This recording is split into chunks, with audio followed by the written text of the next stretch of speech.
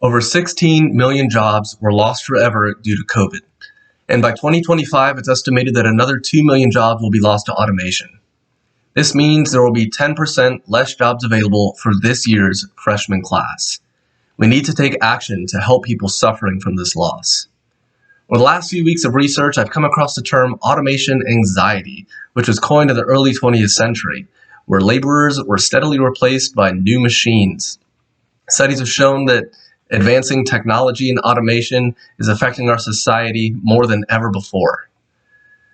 My generation is not the first to experience this, and I can tell you that as an affected member of the group, automation does not mean more time off.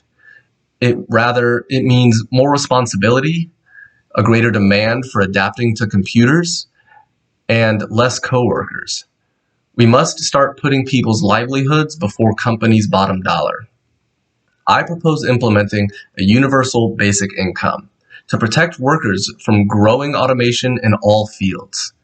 The money saved by technological advances should be reinvested in the people rather than returned to the accounts of the ones who made the decisions to replace these people with machines.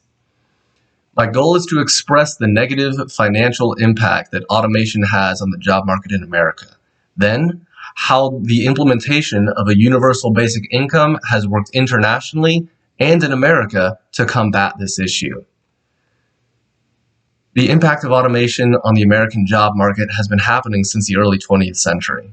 And automation anxiety is loosely defined as the fear that machines will replace people's jobs and leave them with useless skills. Although there are measures currently in place to address unemployment caused by the pandemic, there is nothing addressing the issue of automation replacing people. What will happen when whole markets are replaced? Some speculate that the rate of automation is too fast for our economy to absorb and create new jobs, and it will result in millions of Americans being out of work for years to come.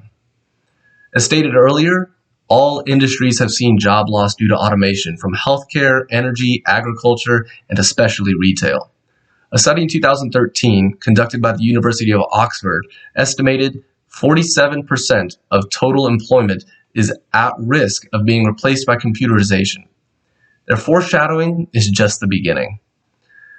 A Times article in August of last year reported on San Francisco Toll Authority closing all of its toll booths and having to lay off all 185 of their workers as they switched to socially distance, electronic billing, and electronic scanning at all of their tolls.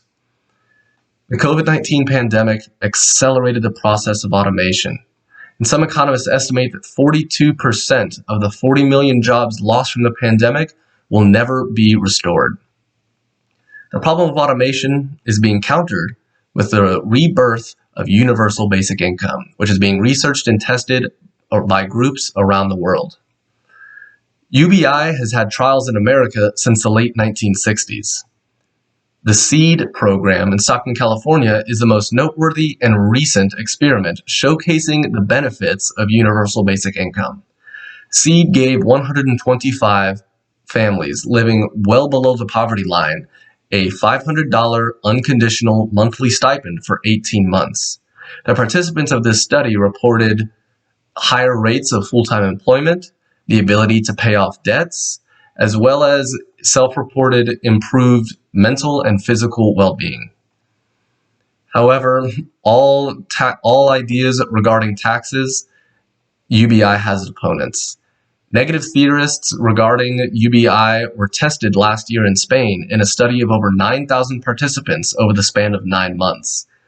Where the two main theories that were combated were that workers would be less productive when given a basic income.